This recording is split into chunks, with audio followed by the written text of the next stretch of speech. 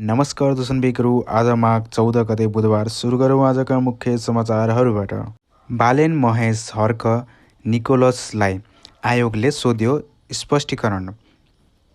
Stunt गरेकै भरमा लोकप्रिय हुने शक्तिलाई देशी विदेशीको ठुलो लगानी। पुष्पकमल दाहाल पक्राउ परे युवराज सफल। सरकार र जेन्जी बीच भएको सम्झौताको रिटलाई सर्वोच्च अदालतले पूर्ण सुनवाईमा पठायो। पश्चिम बङ्गालमा निपा भाइरस फेला परेपछि नेपालमा स्क्रिनिङ। यातायात कार्यालय चाबाहिलका प्रमुख पोखरेलसहित 27 जनाको मोबाइल नियन्त्रणमा। इजिप्टमा बालबालिकाको सामाजिक सञ्चालन प्रयोगमा प्रतिबन्धको तयारी। पूर्व मन्त्री मोहन बस्नेत मुछिएको टेराम्याक्स भ्रष्टाचार मुद्दा सुनाई सुरु। साथीहरू, च्यानलमा नयाँ हुनुहुन्छ भने च्यानललाई सब्सक्राइब गर्नुहोला। साथीहरू, भिडियो मन परेपा भिडियोलाई लाइक, कमेन्ट र सेयर गर्न नबिर्सिनुहोला। अब सुरु गरौँ आजको समाचारहरू विस्तारमा। निर्वाचन आयोगले 5 उम्मेदवारीलाई स्पष्टीकरण सोधेको छ। निर्वाचन आचार संहिता उल्लङ्घन गरेको भन्दै आयोगले स्पष्टीकरण सोधेको हो।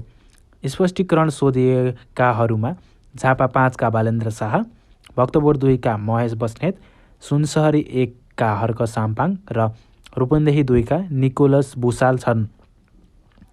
बालेनमाथि सोही क्षेत्रका उम्मेद्वार केपी शर्मा ओलीलाई सामाजिक सञ्जालमा गरेको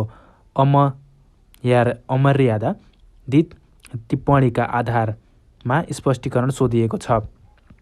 बस्नेतलाई बालेनलाई छाउरा भनेको लगायतका विषयमा, साम्पाङलाई चुनाव प्रचारमा बालबालिकाका प्रयोग गरेको टी सर्ट लगाइएको विषयमा, भुसाललाई जेन्जी आन्दोलनको आइकोनिक जुत्ता चुनाव चिन्ह भनी प्रचार गरेको भन्दै स्पष्टीकरण सोधिएको छ। यस्तै भक्तपुर 2 की उम्मेद्वार जानुका पाठकलाई पनि उम्मेद्वारमाथि घृणाजन्य टिप्पणी गरेको, हत्यारा, बलात्कारी जस्ता शब्द प्रयोग गरेको भन्दै आयोगले स्पष्टीकरण सोधेको छ। नेपाली कम्युनिस्ट पार्टीका संयोजक पुष्पकमल दाहालले स्टन्ट गरेको भरमा राजनीति गर्नेहरूलाई देशभित्र र बाहिरको शक्तिले लगानी गरेको आरोप लगाएका छन्। उनले मङ्गलबार चुरे भावर पार्टीलाई नेकपामा समाहित कार्यक्रममा देशको विचार, सिद्धान्त र त्यागको राजनीतिलाई सम्मान गर्नभन्दा स्टन्ट गरी लोकप्रिय अभियान लागेको दलहरूलाई समृद्ध गरिएको बताए।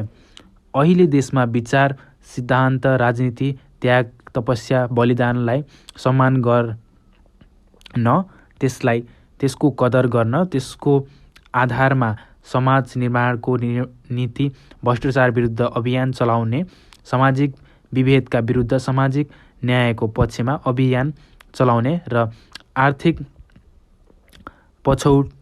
पछौटेपनका विरुद्ध अर्थ विकासको निम्ति अभियान चलाउने भन्दा पनि स्टन्ट गरेकै भरमा पपुलर हुने र त्यसलाई नै प्रमोट गर्ने देश विदेशी शक्तिले ठुलो लगानी गरेको तपाईँ हामीले देखेका छौँ। उनले भने, हामीले इतिहासको सम्मान गर्ने, विचारको सम्मान गर्ने, राजनीतिक मूल्य मान्यतामा आधारित आन्दोलनलाई सङ्गठित गर्ने ऐतिहासिक आवश्यकता महसुस गरेर नै नेपाली कम्युनिस्ट पार्टी हामीले निर्माण प्रक्रियालाई धुब्रीका कारण र एकताको प्रक्रियालाई अगाडि बढाएको हौँ।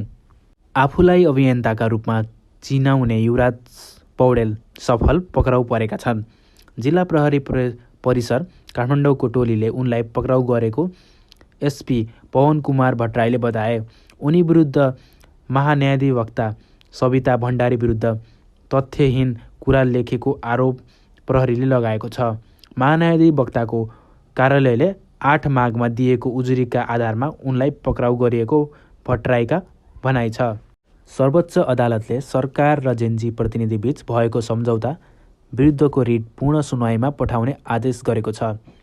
मङ्गलबार न्यायाधीशहरू कुमार रेग्मी र सुनिल कुमार पोखरेलको इजलासले पुनः सुनवाईका लागि पेश गर्ने आदेश दिएको हो। अधिवक्ता प्रेस राज सिलवालले दायर गरेको रिटमा सबै पक्षको लिखित जवाब पेश भएको भन्दै अन्तिम फैसलाका लागि पठाउने आदेश गरेको हो। पुस 4 गते न्यायाधीश टेक प्रसाद ढुङ्गानाको इजलासले विपक्ष नामाकरण देखाउ आदेश र अन्तरिम आदेश छलफलका लागि बोलाउने आदेश दिएको थियो। पुस 11 गते न्यायाधीश कुमार रेग्मी र मेघराज पोखरेलको इजलासले 2वटा रिटलाई एकसाथ राखेर पेश गर्ने भनिएको थियो। त्यसपछि पटक पटक नभ्याइनेमा पर्दै आएको उक्त रिट मङ्गलबार सुनवाईका लागि पूर्ण इजलाससम्म राख्ने आदेश गरेको हो।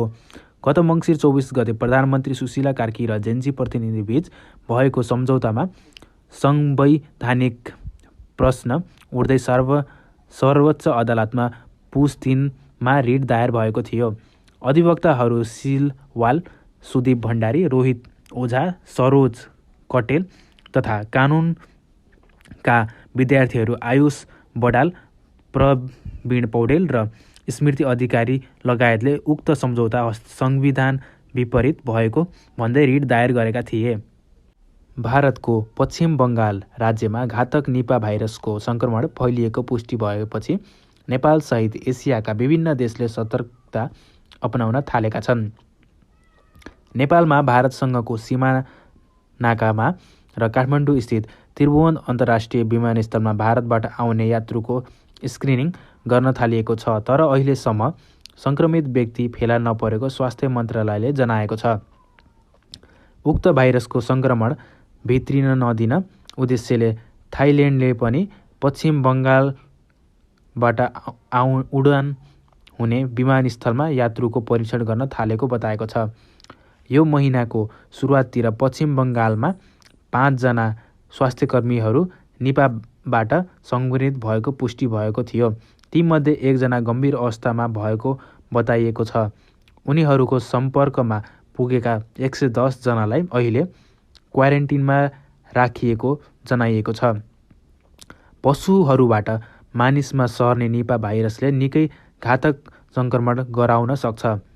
विश्व स्वास्थ्य सङ्गठनका अनुसार सङ्क्रमित मानिसमा 40 देखि 75% मृत्युदर देखिएको यो भाइरस विरुद्ध अहिलेसम्म कुनै औषधि वा खोप बनेको छैन।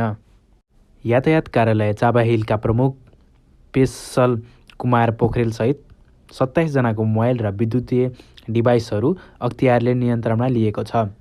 लाइसेन्स ट्रायलमा रकम असुलेको आरोपमा छानबिनका लागि अख्तियारले मङ्गलबार दिउँसो कार्यालय प्रमुखसहित 17 जना कर्मचारी, यातायातमा खटिएका 3 जना प्रहरी र ड्राइभिङ सेन्टरका 7 जनाको साथबाट मोबाइल सहितका उपकरणहरू नियन्त्रणमा लिएको हो। अख्तियारका अनुसन्धान पोखरेल सहित 17 कर्मचारीका साथबाट 25 थान, 3 प्रहरीको साथबाट 3 थान, नेपाल ड्राइभिङ एन्ड रिकन्डिसन सेन्टरका 17 कर्मचारीबाट 9 थान गरी 39 थान मोबाइल नियन्त्रणमा लिएको हो। लिखित जाँच दिनेबाट 5,000 देखि 10,000सम्म रकम असुलेर लाइसेन्स दिने गरेको आरोपमा अख्तियारमा उजुरी परेको थियो। त्यसपछि मङ्गलबार अख्तियारबाट विशेष टोली छड्केमा जाँदा कैफियत भेटेपछि अनुसन्धानका लागि उपकरणहरू नियन्त्रणमा लिएको हो। लाइसेन्सका लागि लिखित परीक्षा दिएर पनि अनुत्तीर्ण भएका तर पनि पुनः परीक्षामा सामेल गराइएका मानिसको पनि कागजात अख्तियारले यातायात कार्यालयबाट नियन्त्रणमा लिएको छ। बिचौलियाका कर्मचारीले इजिप्टको संसदले युवा किशोरहरूलाई सामाजिक सञ्जालबाट हुने जोखिमबाट जोगाउन कानुन बनाउन तयारी थालेका छन्। सांसदहरूले पश्चिमी देशले अपनाइरहेका कदमलाई ध्यानमा राख्दै डिजिटल अजारत विरुद्ध बालबालिकाको सामाजिक सञ्जाल प्रयोगकर्तालाई नियन्त्रण गर्न उपायहरू खोज्ने बताएका छन्। तल्लो संसदले आइतबार जारी गरेको विज्ञापनमा नयाँ कानुनले बालबालिकाले सामना गरिरहेको डिजिटल असुरक्षा र अनियन्त्रणता सामग्रीको जोखिमलाई नियन्त्रण गर्न र यसले उनीहरूको भविष्यमा नकारात्मक असर पार्ने नदिन उल्लेख गरिएको छ।